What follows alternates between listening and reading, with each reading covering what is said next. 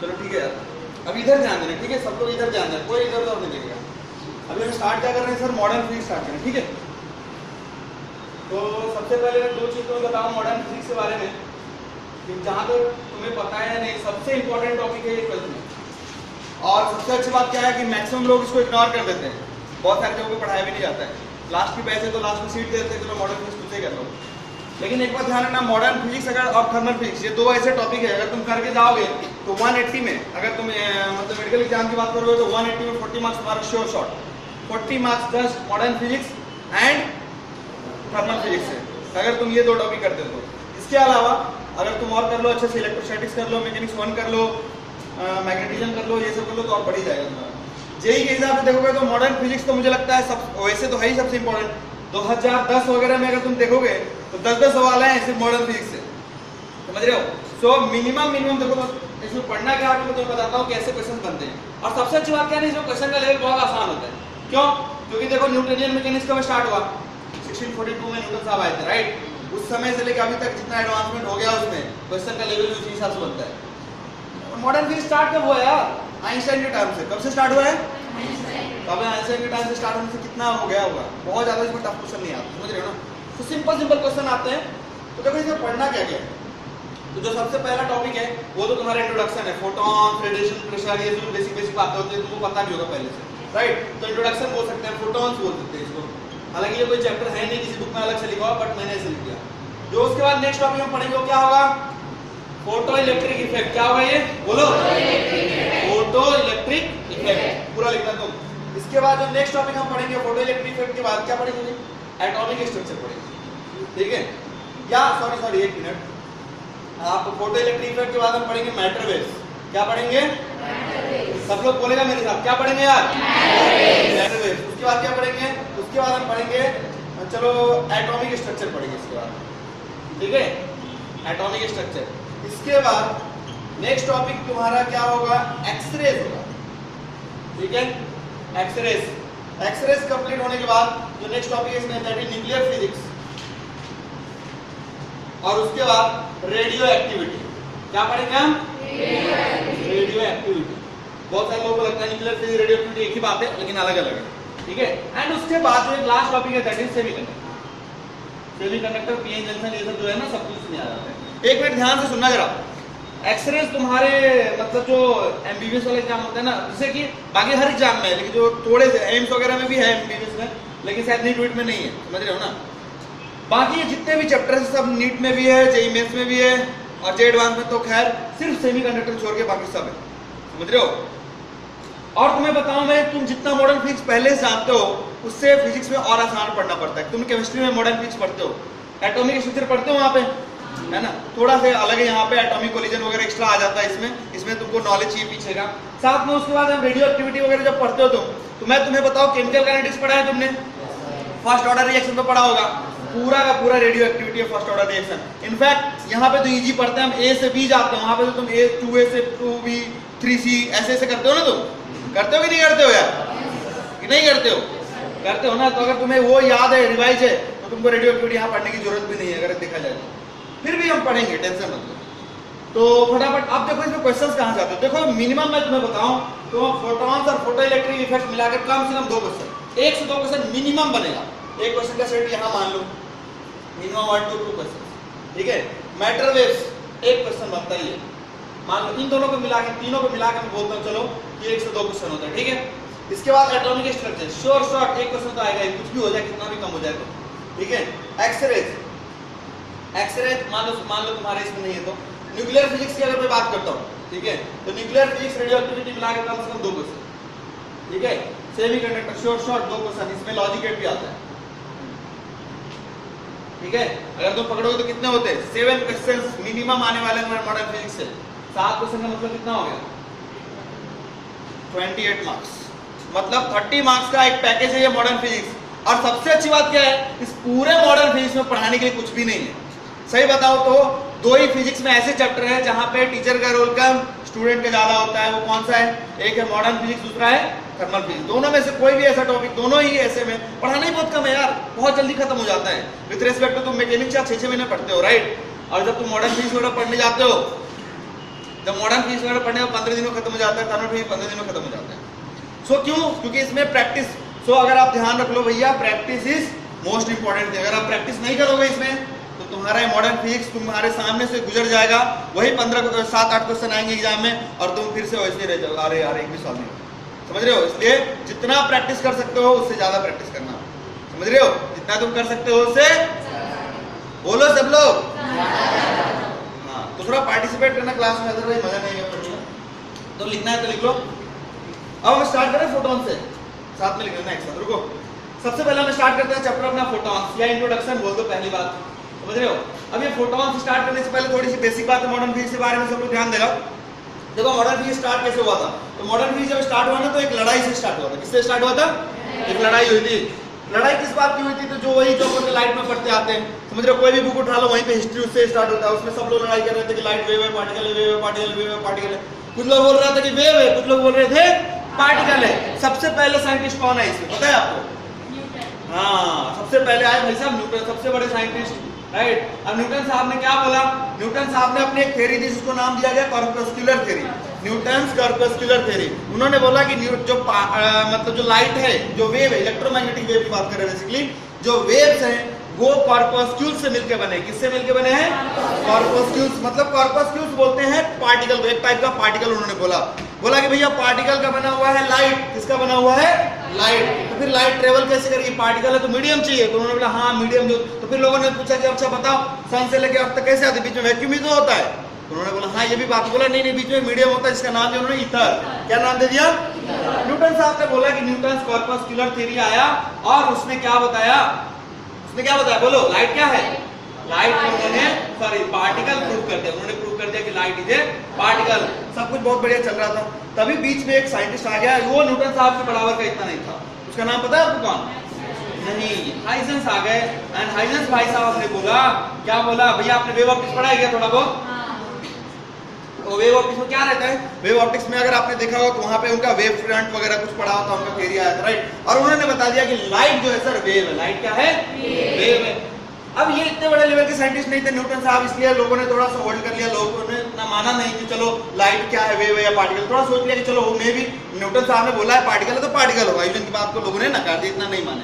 तभी लेकिन एक और मैथमेटिशियन का जन्म हो गया, ठीक है। थोड़े दिनों बाद एक नया मैथमेटिशियन आया और वो बहुत बड़ा मैथमेटिक्स, वो फिजिसिस्ट नहीं था, मैथमेटिक्स का था।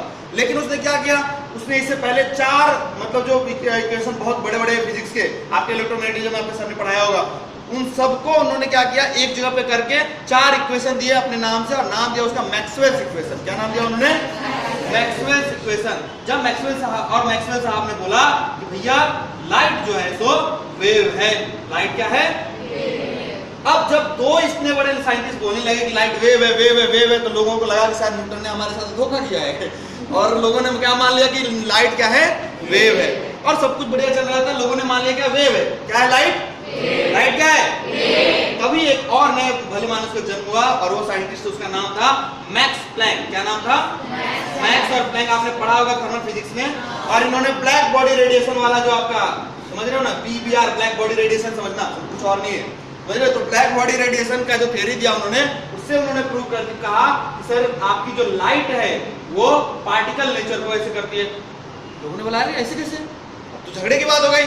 तभी एक और लो अभी सो रहे हैं, नींदा रहने हो, तभी एक नया और साइंटिस्ट आया और उसने तो धमाका ही कर दिया। उसने क्या कर दिया?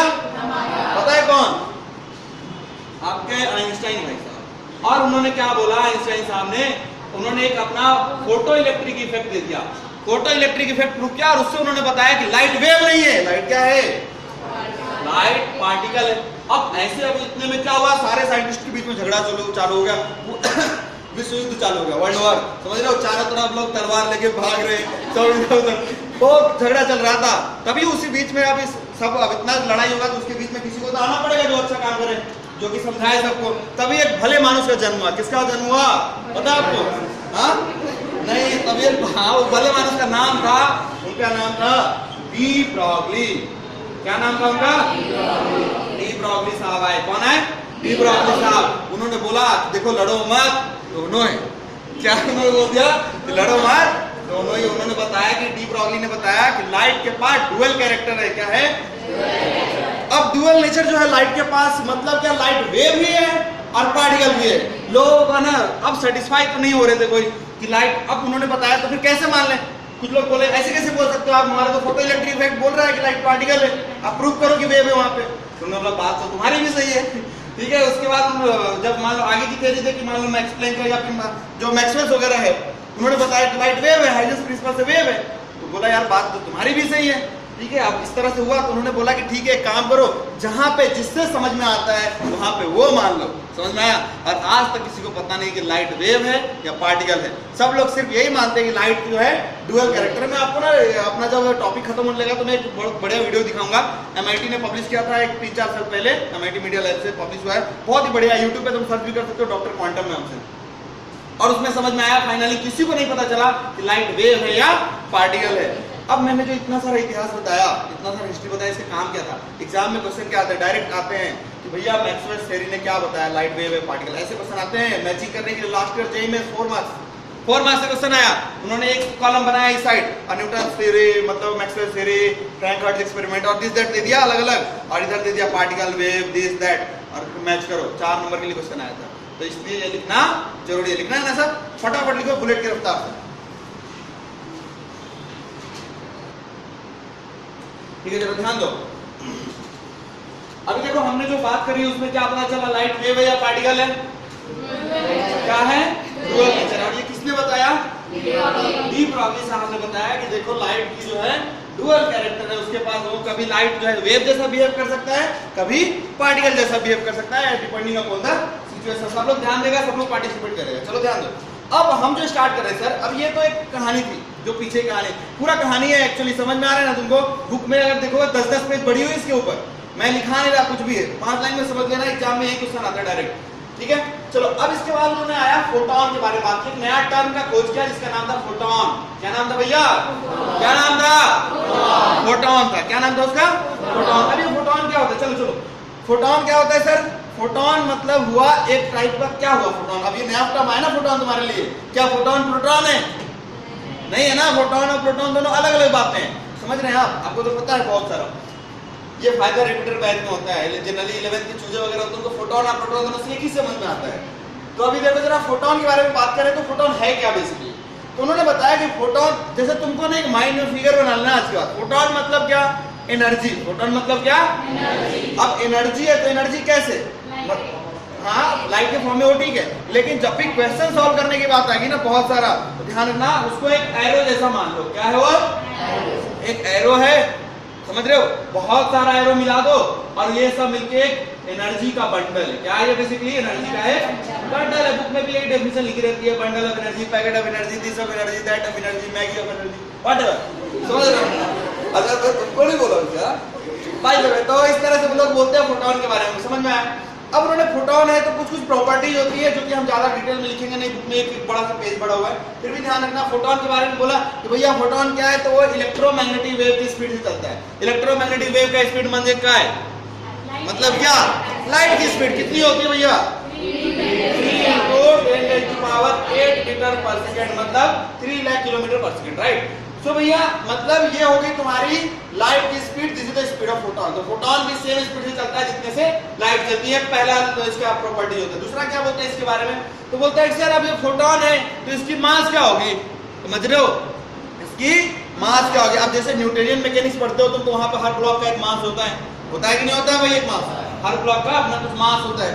इसी प्रकार से जब हम बात करते हैं फोटोन की, तो क्या उसकी भी कुछ मास होती है।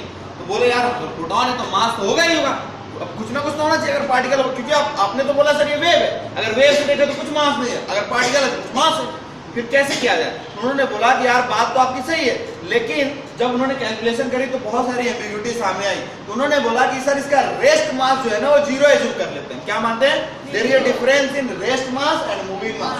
मैं बताता हूँ क्या है। तो उन्होंने बोला कि सर जो फोटोन की रेस्ट मास है, मतलब क्या, जब वो रेस्ट में होता है, हालांकि सच में रेस्ट नहीं होता है, जैसे इलेक्ट्रॉन का मास कितना होता है, अरे कितना होता है, 9.1 × 10⁻⁻31 ग्राम किलोग्राम, राइट। ये कौन सा मास सर, वो इलेक्ट्रॉन की रेस्ट मास है। इलेक्ट्रॉन की क्या है, आप पूरा इलेक्ट्रोस्टैटिक्स पढ़ लियो, आप इलेक्ट्रोस्टैटिक्स स्टार्ट करते हो, क्या नाम होता है, इलेक्ट्रॉन स्टैटिक्स। मतलब क्या, इलेक्ट्रॉन जब रेस्ट में है, जब चार्ज जो है रुका हुआ है, उसकी जो स्टडी होती है उसको क्या बोलते हो, लास्ट में सिंपल सा सवाल यही आया कि अगर मान लो कि पार्टिकल जो है, चार्ज पार्टिकल एक्सेलरेशन जा रहा है तो क्या इलेक्ट्रोमैग्नेटिक वेव जन्मेगा? तो क्यों नहीं होगा भाई, इलेक्ट्रोमैग्नेटिक वेव आएगा ही आएगा, क्यों नहीं आ रहा है? समझ में आएगा आपको? क्यों? क्योंकि एक्सेलरेशन चल रहा है तो क्या होगा, इलेक्ट्रिक फील्ड मैग्नेटिक फील्ड दोनों आएंगे, इंटरफेरेंस होगा, या फिर दोनों अलग अलग एक्सिस पे जाएंगे तो मे भी इलेक्ट्रोमैग्नेटिक वेव आ जाए। समझ में आया आपको? तो ध्यान रखना है सर। तो जो रेस्ट मास ऑफ इलेक्ट्रॉन होती है वो कितना होता है? 9.1 × 10⁻³ kg, वो उसका मूविंग मास नहीं है। समझ में आया? उसी प्रकार से फोटोन की रेस्ट मास को 0 मान लेते हैं। क्या मान लेते हैं सर? 0। तो इसका मूविंग मास क्या होता है? बोला कि सर मूविंग मास होता क्या है फिर? तो बोला कि यार जब कोई भी पार्टिकल चलने लगता है तो उसका मास अलग हो जाता है। तो क्या बात कर रहे हो सर? तो कुछ लोग सोच रहे हो सर जब हम दौड़ते हैं तो क्या हमारा मास कम होता है कि नहीं होता है? हम दौड़ते हैं तो हमारा मास कम होता है कि नहीं होता है? नहीं होता है, होता है, चेंज होता है, लेकिन वो चेंज इतना नेग्लिजिबल है कि हम उसको समझ नहीं सकते। क्यों भाई? क्योंकि आपका स्पीड और आपका मास का ऑर्डर जो है ना बहुत डिफरेंस नहीं है। क्या होता है मूविंग मास का फार्मूला? जब देखो उन्होंने कैलकुलेशन करी और वहां से बताया उन्होंने m divided by root under 1 minus v²/c²। ठीक है, अब उन्होंने बोला कि सर हमारी, चलो ठीक है तुम दौड़ना शुरू कर रहे हो, बहुत तेज दौड़ने लगे तो कितना दौड़ोगे तुम? कितना स्पीड से दौड़ोगे तुम? मान लो चलो तुमको बात किया मैंने, तुम बहुत तेज दौड़ने लगे, भागने लगे, एथलीट बन गए तुम, कितना फास्ट दौड़ोगे तुम? 200 किलोमीटर प्रति घंटा? बहुत हो गया, इतना तो तुम दौड़ नहीं पाओगे। सोचो अगर तुम 200 किलोमीटर, मान लो तो मैं 10 मीटर पर सेकंड में दौड़ रहे हो, 10 मीटर बहुत होता है, 30 किलोमीटर पर आवर से अगर मान लो तुम दौड़ना भी शुरू, वो भी बहुत होता है, उतना भी नहीं दौड़ पाओगे शायद। तो ठीक है, अगर तुम वो वैल्यू पुट करोगे तो c के रेस्पेक्ट में क्या है?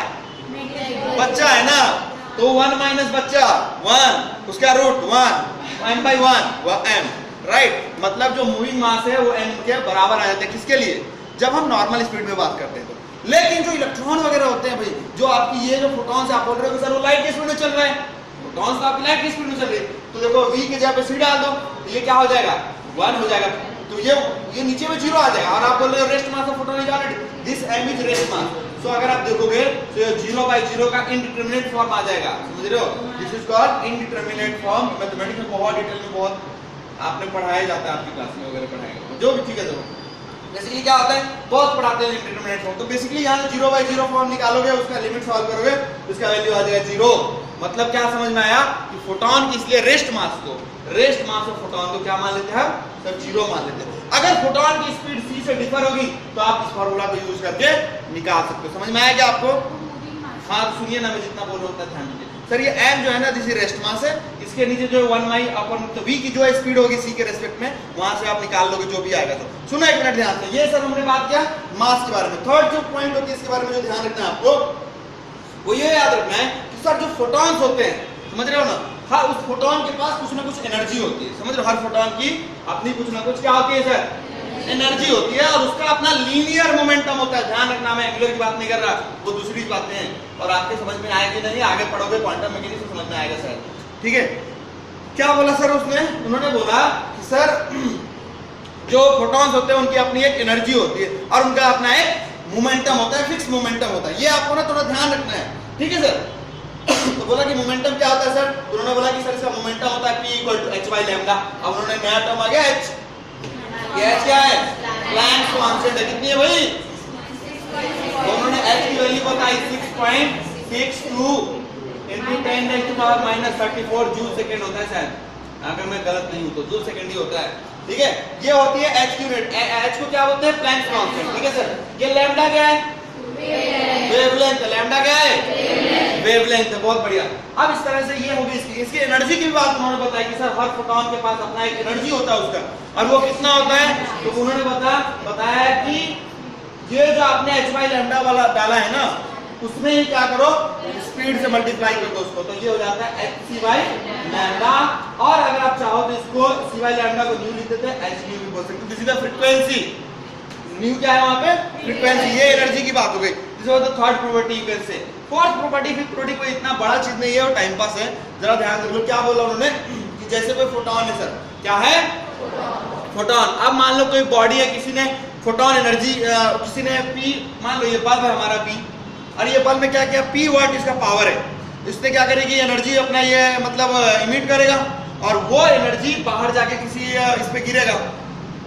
तो बोला इन्होंने कि मान लीजिए सर ये हमारा एरिया ऑफ क्रॉस सेक्शन है। अभी मैं इंटेंसिटी की बात ज्यादा नहीं पढ़ाने वाला, क्योंकि मैं पढ़ा चुका हूं, आपको तो आता है ना इंटेंसिटी, आगे यूज करने वाले आगे वहां रेडिएशन प्रोसेस में। तो जैसे मान लो सर यहाँ से बहुत सारा कोई इंटेंसिटी फोटॉन निकल रहे हैं, इधर भी निकल रहा होगा, इधर भी निकल रहा होगा, ऑब्वियस सी बात है।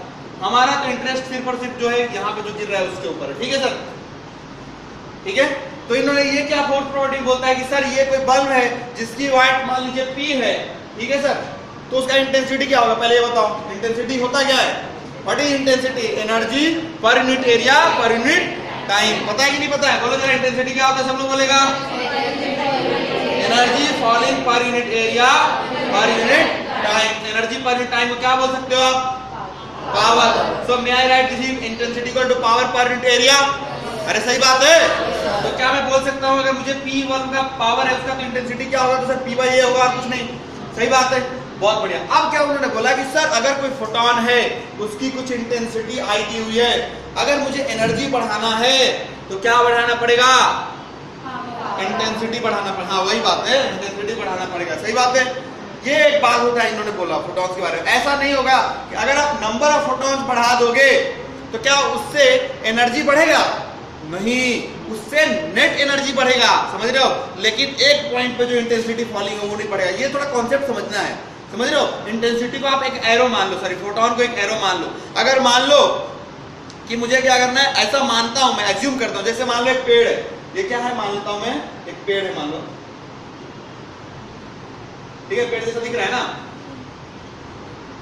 अब इस पेड़ के ऊपर ना बहुत सारा चिड़िया बैठा हुआ है, कौन बैठा हुआ है, मान लो कि बहुत सारा बर्ड्स बैठा हुआ है, 1 2 3 4 5 6 ऐसे बहुत सारे बर्ड्स, ठीक है, मान लो सब कौन है, बर्ड्स है। और ये बर्ड्स जो है ना, अभी मान लो कि यहाँ पे कोई तो एक मतलब आर्चर है, मान लो मासूम है, वो एकदम पूरा सा बॉ वगैरह अपना लेके और एरो इसने छोड़ दिया,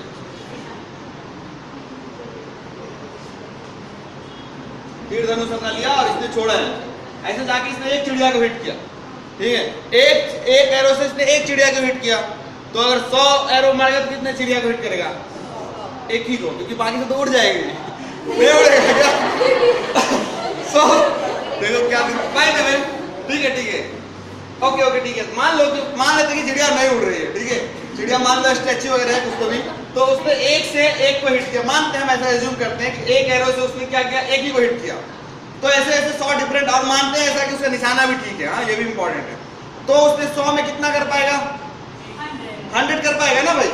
तो यही बात है इंटेंसिटी के बारे में, ये थोड़ा सा ना समझ लेना, इंटेंसिटी को एनर्जी मतलब ऐसे बादल मत समझना है कि ऐसे से जा रहा हो, समझ रहे हो। जब हम ये कंडीशन में बात करें तो एनर्जी को एक एरो मान रहे, क्या मान रहे हैं हम, सिंपल सा माइंड में रखना आज के बाद, वो एक एरो है, एक एरो से उसने क्या किया, मान लीजिए ये एक का इंटेंसिटी अगर आई है एक फोटॉन की, अगर 100 ऐसे ऐसे एरो छोड़ दोगे तो कितनी इंटेंसिटी हो जाएगी, 100 आई होगी। क्या इससे यहाँ पे जो नेट एनर्जी है वो चेंज हुआ ना, क्या लेकिन एक पॉइंट की एनर्जी चेंज होगी क्या, नहीं, ये ध्यान रखना है। तो ये क्वेश्चन आए हैं, बहुत बार आए हैं, छोटे इलेक्ट्रिक में बहुत यूज करूंगा मैं, कि अगर इंटेंसिटी बढ़ाते हो, आगे करंट वरेंट से उसका रिलेशन आता है, वो अभी नहीं बात कर रहा, कि अगर आप इंटेंसिटी इंक्रीज करते हो, क्या इंक्रीज करते हो सर, मतलब आप क्या इंक्रीज किया आपने, इंटेंसिटी मतलब क्या, energy falling per unit area increase कर दिया ना यार तुमने, मतलब आपने समझ में आ रहा है ना आपको, इससे पॉइंट क्लियर हो रहा है। So this is the fourth point में लिखा दूंगा, नहीं होगा तो। और जो लास्ट पॉइंट है इसका, वो भी ऐसे ही टाइम पास फालतू है, बुक में लेंथ बड़ा करने के लिखते हैं, क्या बोलते हैं सर, फिफ्थ पॉइंट बोलते हैं कि सर क्या ये इलेक्ट्रोफोटॉन जो है कोलिजन कर सकते हैं आपस में, तो सर आपस में कोलिजन का कोई मीनिंग नहीं होता है, समझ में आया, इनका आपस में कोई कोलिजन का मीनिंग नहीं होता, बट ये किसी मटेरियल और एटम के साथ कोलिजन कर सकते हैं। फॉर एग्जांपल आप देखोगे एटॉमिक स्ट्रक्चर में, लेजर का नाम सुना है क्या आपने, लेजर, हाँ कुछ तो होता है ना, LASER, क्या होता है उसका फुल फॉर्म भी होता है, ऐसी नाम है खाली, अच्छा फुल फॉर्म होता है ना कुछ तो, लाइट, क्या होता है, light amplification stimulated emission and radiation, ऐसा कुछ तो होता है, राइट। तो बाय द वे जो लेजर होता है, लेजर वो किसका प्रिंसिपल अगर आपने थोड़ा बहुत पढ़ा होगा तो आपको पता है, बेसिकली क्या होता है सर, आपके एनर्जी लेवल्स होते हैं बहुत सारे, आपके एटॉमिक से पढ़ा है आपने, उस एनर्जी लेवल से अपर एनर्जी मतलब हायर एनर्जी लेवल से अगर लोअर में आता है इलेक्ट्रॉन, तो क्या करता है, कुछ एनर्जी इमिट करता है, तो एनर्जी इमिट किसके फॉर्म में करेगा, फोटॉन्स के फॉर्म में, किसके फॉर्म में करेगा, अगर मान लो किसी मटेरियल ने फोटोन एब्जॉर्ब करी, मतलब उसकी एक्साइटेड स्टेट में चला गया हो, राइट, ग्राउंड स्टेट से ऊपर जाके एक्साइटेड स्टेट में चला, समझ आ रहा है ना आप लोगों को पॉइंट। सो वही कहने का मतलब, क्या फोटॉन्स एब्जॉर्ब हो सकते हैं, क्या रिलीज हो सकते हैं, यस, वो कोलिजन मटेरियल के साथ है, लेकिन ऐसा नहीं कि चलो दो फोटोन मिल गए, दोनों भाई भाई मिल गए, चलो हम चलते हैं, ऐसा नहीं होता, समझ में आया ना। क्या होता है फोटोन का किसके साथ लड़ाई मतलब किसके साथ कोलिजन हो सकता है? मटेरियल के साथ, एटम के मतलब सिलेंडर के वॉल के साथ ऐसा दिया रहेगा तो ठीक है। ये हाइपोथेटिकल थोड़ा समझ के रखना है इस बात को, ठीक है। तो इसको आप जिस पॉइंट में जैसे लिखना है वो लिख लेना अपने लैंग्वेज में, जो भी 5 प्रॉपर्टी लिखा है फटाफट लिख लो। और इंटेंसिटी पढ़ाना है क्या? इन 2 क्वेश्चन हम कर लेंगे। इंटेंसिटी में मुझे चेक कर लूंगा तुम्हारा बेसिक क्या है और हम स्टार्ट करें रेडिएशन पे। फटाफट लिखो।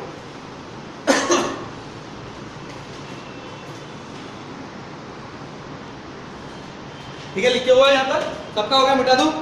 चलो ध्यान दो। अब देखो इंपॉर्टेंट चीज क्या है ध्यान में रखने वाला, कि जैसे मान लो कभी तुम लोग ऐसे कुछ ऐसे चमत्कारी होंगे, जैसा चमत्कार करेंगे वो क्या करेंगे सर? देखो मैं बताता हूँ, इसमें कोई नया नहीं, बहुत सारे लोगों ने किया है। जब भी थोड़ा सा अच्छा सवाल आता है, स्पेशली जो 11th 12th में रहते हैं बच्चे, जो पहली बार पढ़ते हैं वो तो एकदम करते हैं। क्या करेंगे सर? वो करेंगे सर फोटोन इक्वल टू क्या होता है? h by lambda. Photon P और फोटोन की जो मोमेंटम होती है h बाई लैम्डा होती है ना, वो क्या करेंगे सर? मोमेंटम क्या होता है? लीनियर मोमेंटम का फार्मूला पढ़े हो आप? mv होता है, तो उन्होंने लिखा mv h बाई लैम्डा। और v मान लो कुछ तो दी हुई है, ठीक है, मान लेते हैं c मान लेते हैं, नहीं तो c तो रहेगा तो सही आंसर है। m equal to h by lambda c by lambda कुछ तो कर लिया, और यहाँ से मास इक्वल टू निकाल दिया 1 kg मान लो 1 किलो। फोटोन की मास हो गई 1 किलो। हालांकि इतना नहीं आएगा क्योंकि c की वैल्यू 10⁻34 होता है h की, और ये 8 है, तो इतना ज्यादा नहीं आएगा। बट c की वैल्यू चेंज करके और यहाँ पे वेवलेंथ कुछ तो ऑर्डर में लेके एडजस्ट करके 1 किलो लेके आ गए फोटोन का मास, या फिर कुछ तो अभी लेके आए ग्राम में लेके आ गए, समझ रहे हो? तो ऐसा करना क्या है सर? ये फोटोन के लिए ऐसा ये वाला फॉर्मूला, इसके आगे इस लाइन के आगे बढ़ना क्या है? पाप है। ध्यान रखना, क्या है ऐसा? अन्याय है ऐसा करना। समझ में आ रहा है आपको? ऐसा बिल्कुल मत करना, अनर्थ हो जाएगा। ये कब करेंगे हम सर? मैटर वेव्स में करेंगे, ठीक है, वहां पे बताऊंगा क्यों करेंगे। ये फोटॉन्स के लिए एप्लीकेबल नहीं, बहुत बार गलती करोगे तुम, मैं भी बोल रहा हूं फिर भी, लेकिन गलती नहीं करना, ध्यान रखना, ठीक है। ये बात ध्यान में रहेगा ना आपके ध्यान में। दूसरी बात, एनर्जी के बारे में एक और बात, मॉडर्न फिजिक्स में जब भी हम एनर्जी जहां पे यूज करेंगे सर, नॉर्मली उसका जो यूनिट होगा वो जूल में नहीं होगा। देखना इलेक्ट्रॉन वोल्ट में दिया रहेगा। किसमें दिया रहेगा? इलेक्ट्रॉन वोल्ट में। तो ये इलेक्ट्रॉन वोल्ट क्या होता है और इसका जूल से क्या रिश्ता होता है, पता है क्या कुछ आपको? हाँ, अच्छा, आपने इलेक्ट्रोस्टैटिक्स तो पढ़ लिया। देखिए मॉडर्न फिजिक्स में जैसे जैसे आगे हम बढ़ते जाएंगे तो आपको पता चलेगा यहाँ पे 2 टॉपिक का बहुत यूज होता है। बेसिकली मॉडर्न फिजिक्स क्या आसान है, लेकिन होता क्या है कि इसमें कुछ चीजें जो पीछे की यूज होने लगती है, इसलिए थोड़ा सा अच्छा बन जाता है क्वेश्चन इसमें। फॉर एग्जांपल इसके लिए आपको मैग्नेट आना चाहिए। आगे फोटो इलेक्ट्रिक में 2-3 सवाल मैं ऐसे कराऊंगा जो थोड़ा आपको टफ लगेगा। अगर मैग्नेट आपने अच्छे से नहीं पढ़ा है तो आपको समझ में, मतलब मैं समझा दूंगा, डरो मत, मैं पढ़ा रहा हूं तो समझा ही दूंगा। खैर, उसके बाद दूसरा क्या, इलेक्ट्रोस्टैटिक्स आपका अच्छा होना चाहिए, साथ में मैकेनिक्स वगैरह। जैसे मान लो फोर्स आ गया, एक्सेलरेशन आ गई, मैकेनिक्स आ गया, समझ में आ रहा है? इसी प्रकार से अगर मान लो कि इलेक्ट्रोस्टैटिक्स का कॉन्सेप्ट इसमें यूज होगा, 2 आपको एटॉमिक कोलिजन वगैरह में दिखाऊंगा। चलो अब ध्यान देते हैं सर। तो अगर मैं 1 इलेक्ट्रॉन वोल्ट की बात कर रहा था तो सर ध्यान दो, 1 इलेक्ट्रॉन वोल्ट अगर आपने पढ़ा होगा थोड़ा इलेक्ट्रोस्टैटिक्स तो उसमें पढ़ा होगा, what is the meaning of energy, what is the energy, आप निकालते हो ना, potential energy of A charge. I am not talking just potential energy. तो क्या होता है इसका meaning? What is the meaning of potential energy of A charge of Q, value Q, क्या होता है उसका मीनिंग? अगर मान लो कैपिटल चार्ज Q है, इसके पोटेंशियल, यार ऐसे मत करो, बताओ आंसर। पोटेंशियल एनर्जी Q है तो इसका एनर्जी का क्या मीनिंग है? इसका मीनिंग है कि सर इसका इलेक्ट्रिक फील्ड होगा एक बड़ा सा। तो एक छोटा सा टेस्ट चार्ज जो लेते हो तुम कहां पे? इनफाइनाइट पे। कहां पे लेते हो? प्लस Q चार्ज मान लो आपने ले लिया इनफाइनाइट, इनफाइनाइट से लेके इसको certain distance against the electric field of this charge, जो आने में वर्क डन करना पड़ता है, उसको बोलते हो सर क्या? उसको बोलते हो आप एनर्जी, पोटेंशियल एनर्जी। वही डेल्टा W का डेल्टा यूज दिखाते हो, because energy remains stored in the form of, sorry, water remains stored in the form of potential, जिससे माइनस यूज आता है, and delta equal to -2 delta भी आप लिखते हो। सही बात है, वही बात होता है यहाँ पे। अब जरा ध्यान दो, 1 इलेक्ट्रॉन वोल्ट का मतलब क्या? इलेक्ट्रॉन मतलब क्या होता है? चार्ज। इलेक्ट्रॉन मतलब क्या? चार्ज। चार्ज ही हुआ ना। V मतलब क्या? पोटेंशियल। मतलब this is nothing but potential और चार्ज का मल्टीप्लिकेशन। और अगर पोटेंशियल और चार्ज मल्टीप्लाई होता है तो क्या मिलता है यार? क्या मिलता है? अरे delta W equal to Q delta V। हाँ या ना बोले यार? बोलो। तो सर ये क्या हुआ? 1 इलेक्ट्रॉन वोल्ट हुआ। बेसिकली क्या है? वर्क डन ही है। वर्क डन की यूनिट क्या होती है? जूल। ऐसा यूनिट क्या होता है? तो क्या इलेक्ट्रॉन वोल्ट इक्वल टू, इसका मैं 1.6 × 10⁻19 कूलम दे द चार्ज, उसको मैं कूलम में चेंज करता हूं। वोल्ट को आप 1 वोल्ट मान लो। सही बात है ना?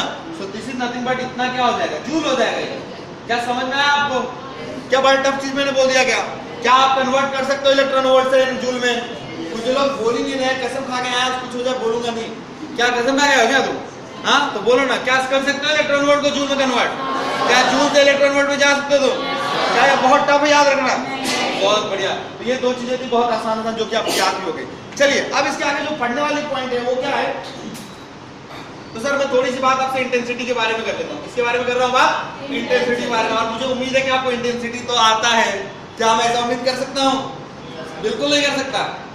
बहुत कम आवाज आ रहा है। कर सकता हूँ नहीं कर सकता हूँ? हाँ या ना? हाँ या ना?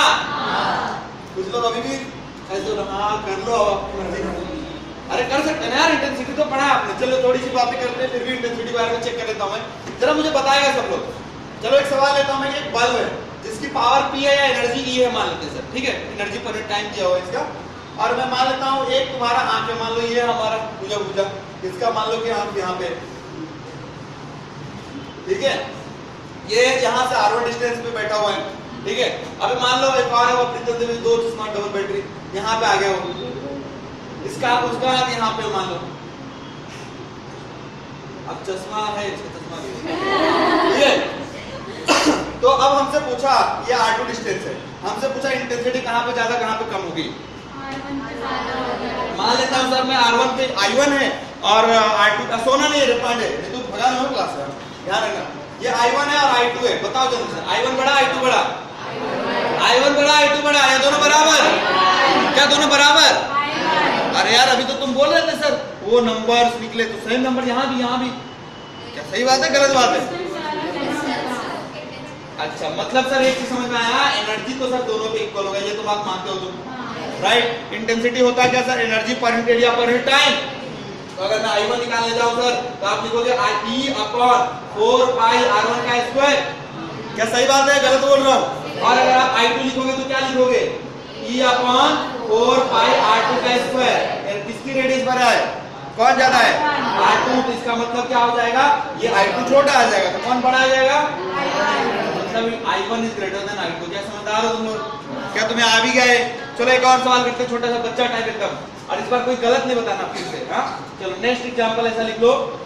मान लेता हूँ सर कि यहाँ पे एक बल्ब है, ठीक है?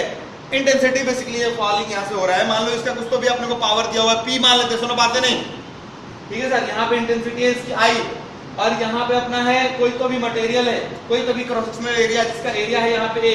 हमसे कुछ आइडियाज बताओ, क्या इसकी इंटेंसिटी I है तो क्या यहाँ भी I ही आएगा? क्या I आएगा नहीं आएगा? तो फिर कितना आएगा? I डैश इक्वल टू क्या होगा? I बाई A हो जाएगा। डिफरेंट तो होगा लेकिन कितना होगा? I बाई A हो जाएगा। कर सकते हो नहीं कर सकते हो यार? तो बड़ा आसान है ना ये सब, बहुत टफ जा रहा है क्या आपको? कुछ समझ में नहीं आ रहा है? आ रहा है कि नहीं आ रहा है? ओके मान लो नेक्स्ट एग्जांपल एक और ले लेता हूँ। अब लेने की कोई जरूरत नहीं है तो टाइम पास हो जाएगा बच्चे जैसा। अब मैं आपसे एक सवाल पूछता हूँ डायरेक्ट, थोड़ा सा फोटोन भी इस पे ऐड कर लेते हैं मॉडर्न फिजिक्स में। और यही सवाल लास्ट ईयर आपके उसमें आया था, जो एक छोटा बच्चा टाइप एग्जाम होता है तुम्हारा मेडिकल वाला नीट, उसमें आया था। हाँ तो उसमें नीट में बहुत टफ सवाल आता ही नहीं कभी, तो आपने पता होगा। तो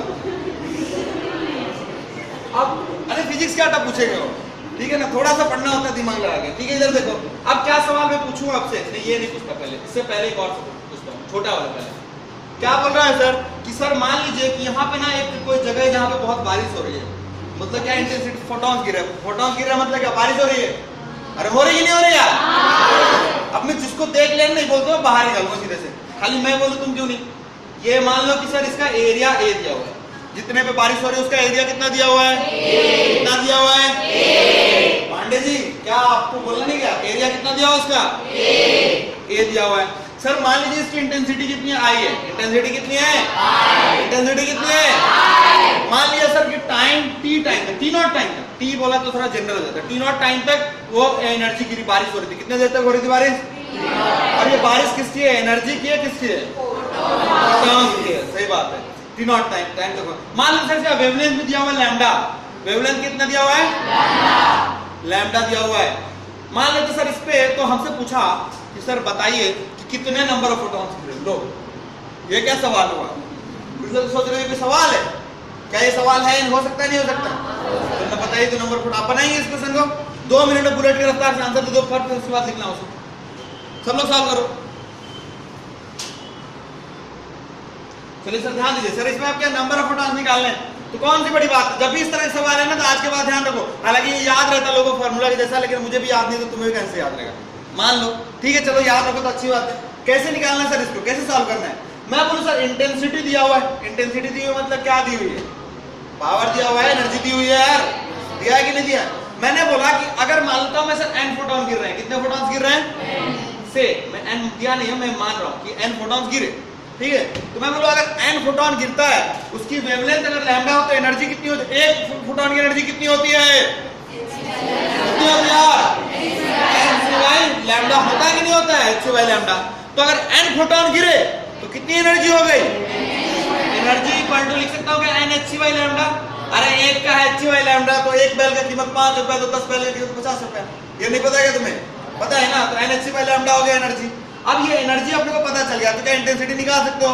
कैसे निकालोगे? I इंटेंसिटी इक्वल टू लिख सकता हूं मैं एनर्जी अपॉन फिर h/, लैम्डा बोला, एनर्जी का फॉर्म बोला ना, E को क्या करो? E/A T0। सही बात है। वो पीछे से गुस्से से देख रही लड़की क्या कर रहा है मास्टर।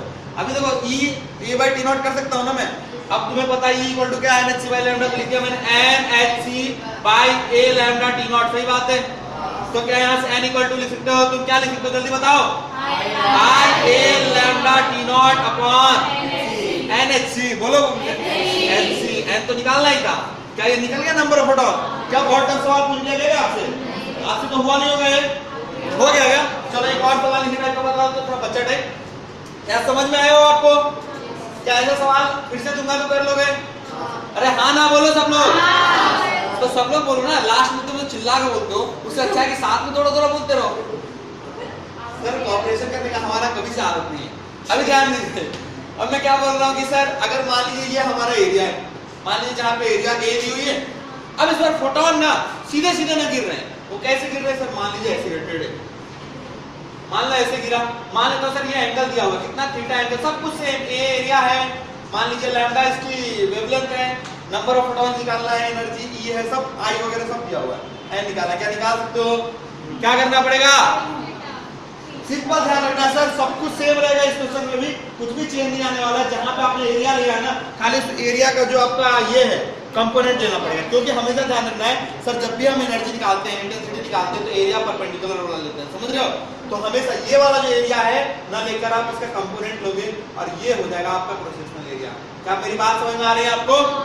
अगर मान लीजिए सर ये अगर एंगल थीटा, तो आप बताओ मुझे ये एंगल कितना हो जाएगा? भी थीटा हो जाएगा, हो जाएगा नहीं हो जाएगा? समझ रहे हो ना? दो लाइन के बीच का एंगल थीटा दोगे, परपेंडिकुलर के बीच का एंगल थीटा होता है ना, तो ठीक है। अब देखो इसके ऊपर परपेंडिकुलर ये और इसके ऊपर परपेंडिकुलर ये, इसलिए थीटा हो गया।